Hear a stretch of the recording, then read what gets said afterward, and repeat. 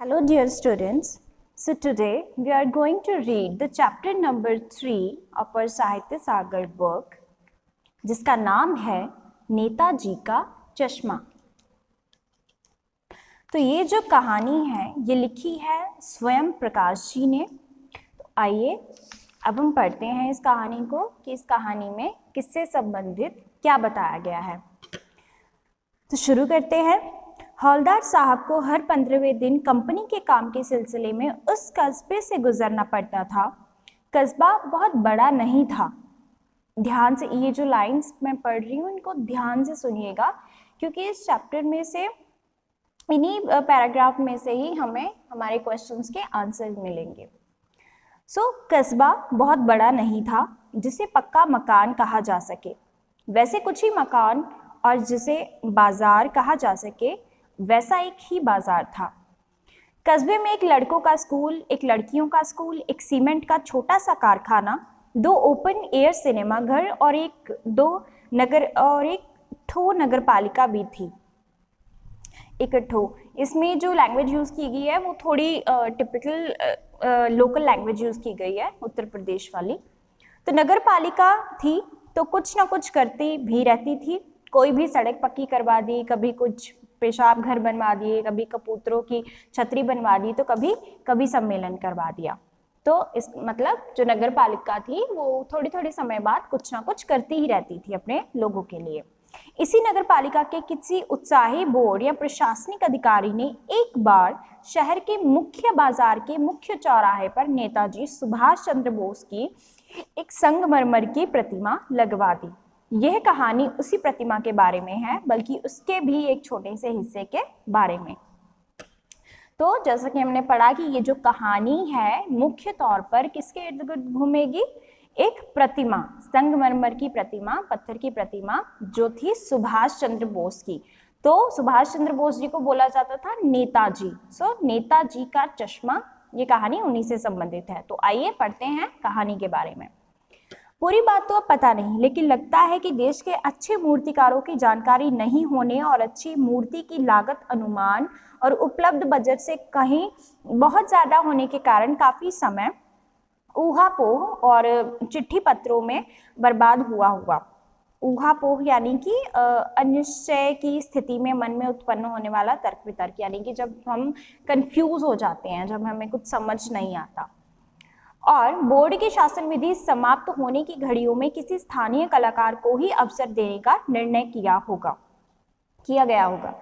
अंत में कस्बे के इकलौते हाई स्कूल के इकलौते ड्राइंग मास्टर, मान लीजिए मोतीलाल जी को ही ये काम सौंप दिया गया होगा, जो महीने भर में मूर्ति बनाकर पटक देने का विश्वास दिला रहे थे। तो नगर पालिका जो थी, शायद इन्होंने बोला है कि शायद उन्हें किसी अच्छे मूर्तिकार की जानकारी नहीं थी, इसीलिए उन्होंने अपने नगर के स्कूल के इकलौते ड्राइंग मास्टर को ही ये काम सौंप दिया था, और जो ये काम लेने के लिए तैयार भी था, जिसने 1 महीने में ही ये काम मूर्ति कंप्लीट करने का वादा किया था। नेक्स्ट है, जैसा कि कहा जा चुका है, मूर्ति संगमरमर की थी। टोपी की नोक से कोट के दूसरे बटन तक कोई 2 फुट ऊंची। अब इस मूर्ति के बारे में ध्यान से सुनिए कि मूर्ति जो थी संगमरमर की थी। टोपी की नोक से लेकर कोट के दूसरे बटन तक सिर्फ इतनी ही मूर्ति थी, 2 फुट ऊंची, जिसे कहते हैं बस्ट, और सुंदर थी। नेताजी सुंदर लग रहे थे, कुछ मासूम और कुछ कमसिन, यानी कि कम उम्र के। फौजी वर्दी में मूर्ति को देखते ही दिल्ली चलो और तुम मुझे खून दो वगैरह याद आने लगते थे। मतलब ये दिल्ली चलो और तुम मुझे खून दो, मैं तुम्हें आज़ादी दूंगा, ये जो नारे थे ये सुभाष चंद्र बोस जी ने ही लगाए थे भारत को आज़ाद करवाते समय। जब उनकी मूर्ति को देखते हैं तो यही नारे हमारे जहन में घूमने लगते हैं। इस दृष्टि से ये सफल और सराहनीय प्रयास था। केवल एक चीज की कसर थी कि देखते ही खटकती थी। नेताजी की आंखों पर चश्मा नहीं था, यानी चश्मा तो था लेकिन संगमरमर का नहीं था। एक सामान्य और सचमुच के चश्मे का चौड़ा काला फ्रेम मूर्ति को पहना दिया गया था। हौलदार साहब जब पहली बार इस कस्बे से गुजरे और चौराहे पर खाने रुके, तभी उन्होंने इसे लक्षित किया और उनके चेहरे पर एक कौतुक भरी मुस्कान फैल गई। वाह भाई, ये आइडिया भी ठीक है, मूर्ति पत्थर की लेकिन चश्मा रियल है। जीप कस्बा छोड़कर आगे बढ़ गई। तो जो हवलदार साहब की जीप थी वो कस्बा छोड़कर अब आगे बढ़ी। इस मूर्ति के बारे में ही सोचते रहे हवलदार साहब। अंत में इस निष्कर्ष पर पहुंचे कि कुल मिलाकर कस्बे के नागरिकों का यह प्रयास सराहनीय ही कहा जाना चाहिए। महत्व मूर्ति के रंग रूप या कद का नहीं, उस भावना का है, वरना तो देशभक्ति भी आजकल मजाक की चीज ही होती जा रही है। दूसरी बार जब हवलदार साहब उधर से गुजरे तो उन्हें मूर्ति में कुछ अंतर दिखाई दिया। ध्यान से देखा तो पाया कि चश्मा दूसरा है, यानी कि उस मूर्ति का चश्मा बदला हुआ था। पहले मोटे फ्रेम वाला चौकार चश्मा था, अब तार के फ्रेम वाला गोल चश्मा है। हवलदार साहब का कौतुक यानी कि हैरानी वाला चेहरा, ठीक है, और बड़ा, हैरानी उनकी और बढ़ गई। वाह भाई, क्या आइडिया है, मूर्ति कपड़े नहीं बदल सकती लेकिन चश्मा तो बदल ही सकती है। तीसरी बार फिर नया चश्मा था। हवलदार साहब को आदत पड़ गई हर बार कस्बे से गुजरते समय चौराहे पर रुकना, पान खाना और मूर्ति को ध्यान से देखना। एक बार जब कौतूहल दुर्दमनीय हो उठा तो पान वाले से पूछ लिया। दुर्दमनीय का अर्थ है कि जिसे दबाना कठिन हो, मतलब अब वो बात उनको खटकने लगी थी कि आखिर ये चश्मा बदलता कौन है। तो वो उनके अंदर उत्सुकता जाग गई पूछने की। तो उन्होंने पान वाले से पूछा कि क्यों भाई, क्या बात है, ये तुम्हारे नेताजी का चश्मा हर बार बदल कैसे जाता है। तो पान वाले के खुद के मुंह में पान ठूसा हुआ था। तो एक काला, मोटा और खुश मिजाज आदमी था। हवलदार साहब का प्रश्न सुनकर वे आंखों ही आंखों में हंसा। उसकी थोन थिरकी, थोन यानी कि उसका पेट। तो पीछे घूमकर उसने दुकान के नीचे पान थूका और अपनी लाल काली बत्ती सी दिखाकर बोला, कैप्टन चश्मे वाला करता है। तो ये देखो बच्चों, इसमें कितना इलेबोरेट किया गया ना उसकी पर्सनैलिटी को। तो आप भी जब जब ऐसा कोई प्रश्न आए कि उसका परिचय दीजिए व्यक्ति का, तो आपने उस व्यक्ति के पर्सनैलिटी के बारे में भी बताना है, उसके बिहेवियर के साथ साथ उसके व्यक्तित्व के बारे में भी बताना है।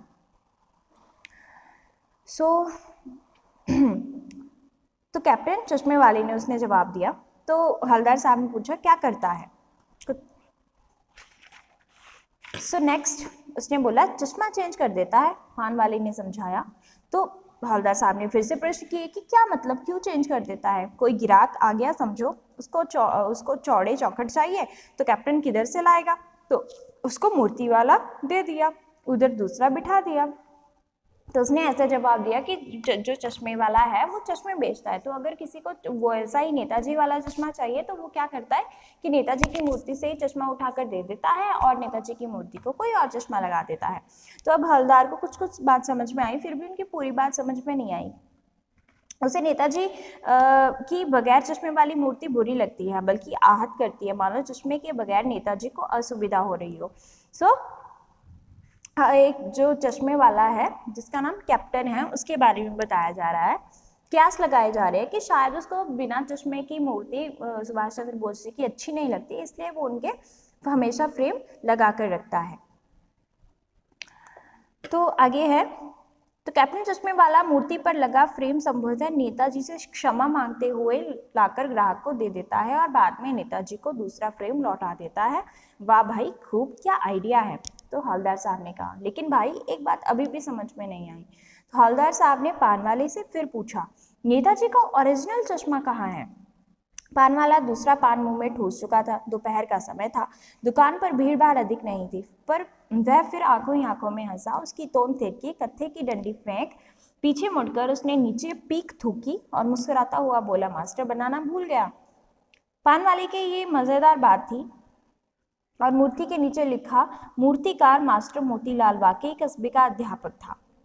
बेचारे ने महीने भर में मूर्ति बनाकर पटक देने का वादा किया होगा और उससे जो चश्मा है वो नहीं बना होगा। तो यहाँ पर ये मतलब सोचा जा रहा है कि उस मूर्ति वाले ने मूर्ति का चश्मा क्यों नहीं बनाया। तो उन्होंने सोचा कि या तो वो बनाना भूल गया या फिर उसने बनाया होगा लेकिन इतना पतला संगमरमर की चीज़ उससे बनी नहीं होगी, वो टूट गया होगा, तो उसने छोड़ दिया बनाना।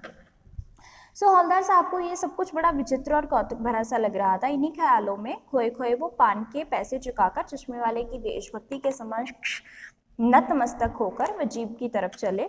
फिर रुके, पीछे मुड़े और पान वाले के पास जाकर पूछा कि क्या कैप्टन चश्मे वाला, नेताजी का साथी है या आज़ाद हिंद फौज का भूतवासी सिपाही? तो पान वाले ने कहा कि नहीं नहीं साहब, मुस्कुराकर बोला, नहीं साहब, वो लंगड़ा क्या जाएगा फौज में, पागल है पागल, वो देखो आ रहा है, आप उसी से बात कर लो, फोटो वोटो छपवा दो उसकी कहीं। तो हवलदार साहब को पान वाले की ये बात बहुत बुरी लगी। उन्हें लगा कि मतलब ये पान वाला कैसे एक देशभक्त का मजाक उड़ा रहा है। तो जब उन्होंने उसको देखा, हवलदार साहब ने चश्मे वाले को, कैप्टन चश्मे वाले को, तो एक बेहद बूढ़ा मरियल सा लंगड़ा आदमी, सिर पर गांधी टोपी और आंखों पर काला चश्मा लगाए, एक हाथ में एक छोटी सी संदूकची और दूसरे हाथ में एक बांस पर टंगे बहुत से चश्मे लिए, और अभी अभी एक गली से निकला था और अब एक बंद दुकान के सहारे अपना बांस टिका रहा था। तो देखो कितने अच्छे से उसके बारे में बताया हो ना, कि वो कैसा दिख रहा था, कैसा लग रहा था, उसके हाथ में क्या था, वो कहाँ पर था। ठीक है, तो ऐसे ही आपने भी लिखना है। तो इस बेचारे की दुकान भी रही, फेरी लगाता है। हवलदार साहब चक्कर में पड़ गए, पूछना चाहते थे कि इसे कैप्टन क्यों कहते हैं, क्या यही इसका वास्तविक नाम है, लेकिन पान वाले ने साफ बता दिया कि अब वह इस बारे में और कोई बात नहीं करेगा। ड्राइवर भी बेचैन हो रहा था, तो हवलदार साहब वहाँ पर उठ के चले गए। तो 2 साल तक हवलदार साहब अपने काम के सिलसिले में उस कस्बे से गुजरते रहे। तो वो चश्मे देखते रहे, हर हफ्ते चश्मा बदलता था, कभी भूरा कभी काला। तो फिर एक बार ऐसा हुआ कि मूर्ति के चेहरे पर कोई भी कैसा भी चश्मा नहीं था। उस दिन पान की दुकान भी बंद थी, चौराहे की अधिकांश दुकानें बंद थी। अगली बार भी मूर्ति की आंखों पर चश्मा नहीं था। हवलदार साहब ने पान खाया और धीरे से पान वाले से पूछा कि क्यों भाई, क्या बात है, आप चश्मा क्यों नहीं है? तो पान वाला उदास हो गया। उसने पीछे मुड़कर मुंह का पान थूका और उसने आंखें पोंछते हुए बोला, साहब कैप्टन मर गया। तो वो जो कैप्टन चश्मे वाला था वो मर चुका था और इसीलिए उस मूर्ति पर कोई भी चश्मा अब नहीं चढ़ाया जाता था। और कुछ नहीं पूछ पाए हवलदार साहब, कुछ पल चुपचाप खड़े रहे, फिर पान के पैसे चुकाकर जीप में आकर बैठ गए और रवाना हो गए। बार बार सोचते रहे कि क्या होगा उस कौम का जो अपने देश की खातिर घर गृहस्थी, जवानी, जिंदगी सब होम कर देने वालों पर भी हंसती है और अपने लिए बिकने के मौके ढूंढती है। दुखी हो गए वो। 15 दिन बाद फिर उसी कस्बे से गुजरे। कस्बे में घुसने से पहले ही उन्हें ख्याल आया कि अब वो सुभाष चंद्र बोस की प्रतिमा की तरफ नहीं देखेंगे, क्योंकि उनकी आंखों पर चश्मा नहीं होगा, क्योंकि मास्टर बनाना भूल गया और कैप्टन मर गया। आज वहां रुकेंगे नहीं, पान भी नहीं खाएंगे, मूर्ति की तरफ देखेंगे भी नहीं और सीधे निकल जाएंगे। ड्राइवर से कह दिया, चौराहे पर रुकना नहीं, आज बहुत काम है, पान आगे कहीं खा लेंगे। लेकिन आदत से मजबूर आंखें चौराहे आते ही मूर्ति की तरफ उठ गई। कुछ ऐसा देखा कि चीखे, रोको। जीप स्पीड में थी। ड्राइवर ने जोर से ब्रेक मारी। रास्ता चलते लोग देखने लगे। जीप रुकते ना रुकते हवलदार साहब जीप से कूदकर तेज तेज कदमों से मूर्ति की तरफ लपके और उसके ठीक सामने जाकर अटेंशन में खड़े हो गए। मूर्ति की आंखों पर सरकंडे से बना छोटा सा चश्मा रखा हुआ था।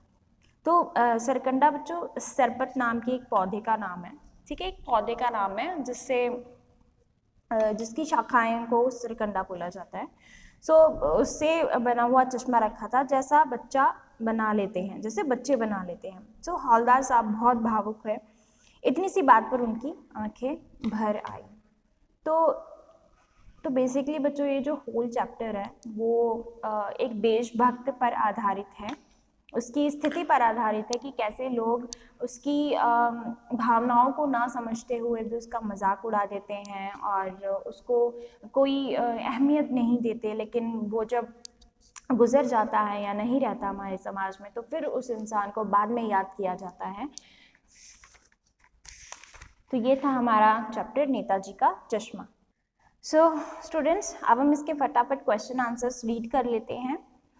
तो फर्स्ट क्वेश्चन है, पहले जैसा कि 2 लाइंस दी होती हैं, फिर उससे related next follow up questions होते हैं। लाइन है, हवलदार साहब को हर 15वें दिन कंपनी के काम के सिलसिले में उस कस्बे से गुजरना पड़ता था। फर्स्ट क्वेश्चन इज कि कस्बे की क्या क्या विशेषताएं थी। चैप्टर की शुरुआत में ही मैंने आपको बोला था कि हर एक चीज़ को अच्छे से पढ़ना, अच्छे से सुनना। अब तक आपको पता होना चाहिए कि कस्बे के बारे में क्या क्या बताया गया था। कस्बा कुछ खास बड़ा नहीं था, कुछ ही पक्के मकान थे, एक ही बाजार था, एक लड़कियों का स्कूल, एक लड़कों का स्कूल, एक सीमेंट का छोटा सा कारखाना, एक ओपन एयर सिनेमा घर और एक नगर पालिका। नेक्स्ट क्वेश्चन, नगर पालिका भी कुछ ना कुछ करती रहती थी, तो क्या क्या काम करती थी? हमने पढ़ा था कि कभी सड़क पक्की करवा दी, पेशाब घर बनवा दिए, तो कभी कबूतरों की छतरी और कभी कवि सम्मेलन करवा दिया।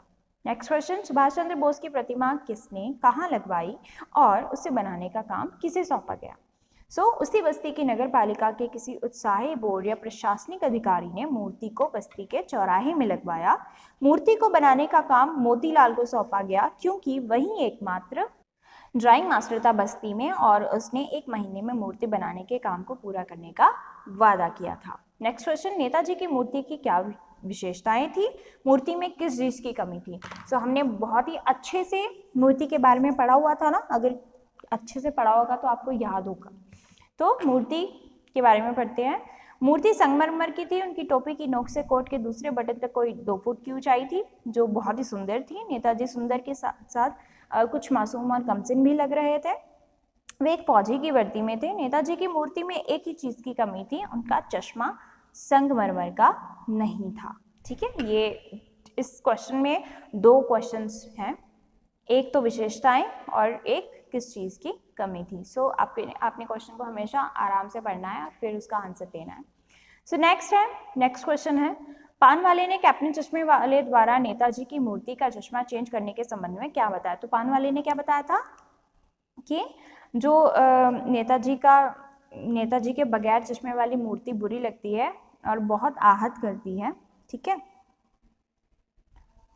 पान वाले ने कैप्टन चश्मे वाले द्वारा नेताजी की मूर्ति का चश्मा चेंज करने के संबंध में ये बताया था कि उसे नेताजी की बगैर चश्मे वाली मूर्ति बहुत बुरी लगती है, आहत करती है। मानव चश्मे के बगैर नेताजी का असुविधा हो रही है, इसलिए वह अपनी छोटी सी दुकान में उपलब्ध गिने चुने फ्रेमों में से एक नेताजी की मूर्ति पर फिट कर देता है। नेक्स्ट क्वेश्चन, पान वाले की बात सुनकर हवलदार साहब की कौन सी बात अभी भी समझ में नहीं आई? पान वाले की बात सुनकर हवलदार जी को अभी भी बात समझ नहीं आई थी कि वो नेताजी का ओरिजिनल चश्मा कहाँ गया। ठीक है, नेक्स्ट क्वेश्चन, पान वाले ने हवलदार साहब की बात का क्या उत्तर दिया? पान वाले ने हवलदार साहब पान वाले से नेताजी के ओरिजिनल चश्मे के बारे में पूछा, तब पान वाले ने उत्तर दिया कि मास्टर बनाना भूल गया था। ठीक है, और फिर क्वेश्चन है आगे कि उसका उत्तर उनके लिए हवलदार साहब के लिए अलग अलग किस प्रकार था? ये बात पान वाले के लिए मज़ेदार थी, लेकिन हवलदार साहब के लिए चकित और द्रवित कर देने वाली थी कि अतः दोनों के लिए ये बात अलग अलग थी। अलग अलग किस लिए थी? कि पान वाले को बहुत मज़ेदार लगती थी और जो हवलदार साहब के लिए था वो बहुत ही चकित कर देने वाला था। नेक्स्ट क्वेश्चन, मूर्ति बनाने वाले के संबंध में हवलदार साहब के मन में किस प्रकार के भाव जागृत हुए? मूर्ति बनाने वाले के संबंध में हवलदार साहब ने सोचा कि जरूर मूर्तिकार मास्टर मोतीलाल ये तय नहीं कर पाया होगा कि पत्थर में पारदर्शी चश्मा कैसे बनाया जाए, और कोशिश की भी होगी तो असफल रहा होगा, नहीं तो कुछ बारीकी करने के चक्कर में असफल हो गया होगा। ठीक है, द नेक्स्ट क्वेश्चन इज, हवलदार साहब को पान वाले की कौन सी बात अच्छी नहीं लगी और क्यों? तो कौन सी बात थी? तो बात थी कि जब पान वाले ने उनका उपहास उड़ाया, उसका मजाक उड़ाया, तो ये बात उसको हवलदार साहब को अच्छी नहीं लगी। इसलिए जब पान वाले ने चश्मे वाले के लिए लंगड़ा शब्द का प्रयोग कर उसका उपहास उड़ाया तब हवलदार साहब को बुरा लगा। नेक्स्ट क्वेश्चन, सेनानी ना होने पर भी चश्मे वाले को कैप्टन क्यों कहा जाता था? सोच कर लिखिए। हम इसका आंसर हमें खुद बनाना पड़ेगा। सेनानी ना होने पर भी चश्मे वाले को कैप्टन इसीलिए कहा जाता था क्योंकि हो सकता है कैप्टन उसका वास्तविक नाम हो और या फिर नेताजी के प्रति देशभक्ति की भावना को देखकर लोग उसे कैप्टन बुलाने लगे हों, है ना, हो सकता है। नेक्स्ट क्वेश्चन, चश्मे वाले को देखकर हवलदार साहब अवाक क्यों रह गए? चश्मे वाले का परिचय दीजिए। तो परिचय हमने बड़े ही अच्छे ढंग से पढ़ा था, है ना, कि बेहद बूढ़ा मरियल सा लंगड़ा आदमी था, उसके सिर पर गांधी टोपी थी, आंखों पर काला चश्मा था, उसके एक हाथ में छोटी सी संदूकची थी और दूसरे हाथ में बांस पर टंगे हुए चश्मे थे, और उसकी स्थिति अत्यंत दयनीय थी क्योंकि बहुत ही पतला सा मरियल सा था। नेक्स्ट क्वेश्चन, हवलदार साहब पान वाले से क्या पूछना चाहते थे? पान वाले ने उनकी बात पर क्या प्रतिक्रिया व्यक्त की? हवलदार साहब पान वाले से ये पूछना चाहते थे कि चश्मे वाले को कैप्टन क्यों कहते हैं, क्या ये उसका वास्तविक नाम है? लेकिन पान वाला इस बारे में और बात करने के लिए तैयार नहीं था। नेक्स्ट क्वेश्चन, तो ये लाइन है, बार बार सोचते क्या होगा उस कौम का जो अपने देश की खातिर घर गृहस्थी वगैरह होम कर देने वालों का मजाक उड़ाते हैं। तो ये कथन, इस कथन का आशय स्पष्ट कीजिए। इस कथन के बारे में हमें बताना है अपने शब्दों में। उपरोक्त कथन में लेखक एक देशभक्ति और संकेत कर रहे हैं कि लेखक कहता है कि क्या होगा उस देश का जिसके निवासी एक देशभक्त का मजाक उड़ाकर उसका तिरस्कार करता है। उनका कहना है कि वह व्यक्ति जो अपने देश के लिए अपनी सारी घर गृहस्थी, जवान जिंदगी, अपने सारे अरमानों को त्याग कर देश की सेवा में लग जाता है, उस पर भी देश के लोग हंसकर उनका उपहास उड़ाते हैं। हौलदार साहब को कैप्टन चश्मे वाला देशभक्ति क्यों लगा, स्पष्ट कीजिए। हौलदार साहब को कैप्टन चश्मे वाला एक देशभक्त इसीलिए लगा क्योंकि उसे नेताजी की बगैर चश्मे वाली मूर्ति बुरी लगती है, बल्कि आहत करती है, मानो चश्मे के बगैर नेताजी को असुविधा हो रही है। तो इसीलिए वह हमेशा अपनी छोटी सी दुकान पर उपलब्ध गिने चुने फ्रेमों में से एक फ्रेम नेताजी की मूर्ति पर लगा देता था। नेक्स्ट क्वेश्चन, 15 दिन बाद जब हौलदार साहब उस कस्बे से गुजरे तो उनके मन में कौन कौन से विचार आ रहे थे। तो 15 दिन बाद जब हौलदार साहब कस्बे से गुजरे तो उन्होंने मन में सोचा कि वे वहां रुकेंगे नहीं, पान भी नहीं खाएंगे, मूर्ति की तरफ देखेंगे भी नहीं, बल्कि सीधे निकल जाएंगे। इसलिए उन्होंने ड्राइवर को चौराहे पर ना रुकने और आगे बढ़ जाने को कहा, क्योंकि वो बहुत ही द्रवित हो चुके थे, बहुत ही दुखी हो चुके थे कैप्टन चश्मे वाले की मौत से। नेक्स्ट क्वेश्चन, चौराहे पर रुकते हुए हौलदार साहब क्या देखकर भावुक हो गए और क्यों। तो चौराहे पर रुकते ही हौलदार साहब उस मूर्ति की आंखों पर बच्चे द्वारा बने सरकंडे का एक छोटा सा चश्मा रखा हुआ देखकर भावुक हो गए, क्योंकि कैप्टन चश्मे वाले के मरने के बाद उस कस्बे में देशभक्ति की भावना उपस्थित थी। अतः इसी कस्बे के छोटे बच्चे की देशभक्ति की भावना को देखकर उनकी आंखें भर आई। तो स्टूडेंट्स, ये था हमारा चैप्टर नेताजी का चश्मा। आई होप सबको कहानी अच्छी लगी होगी। And be careful while writing the question answers. Don't do spelling mistakes. Okay students, thank you and have a nice day.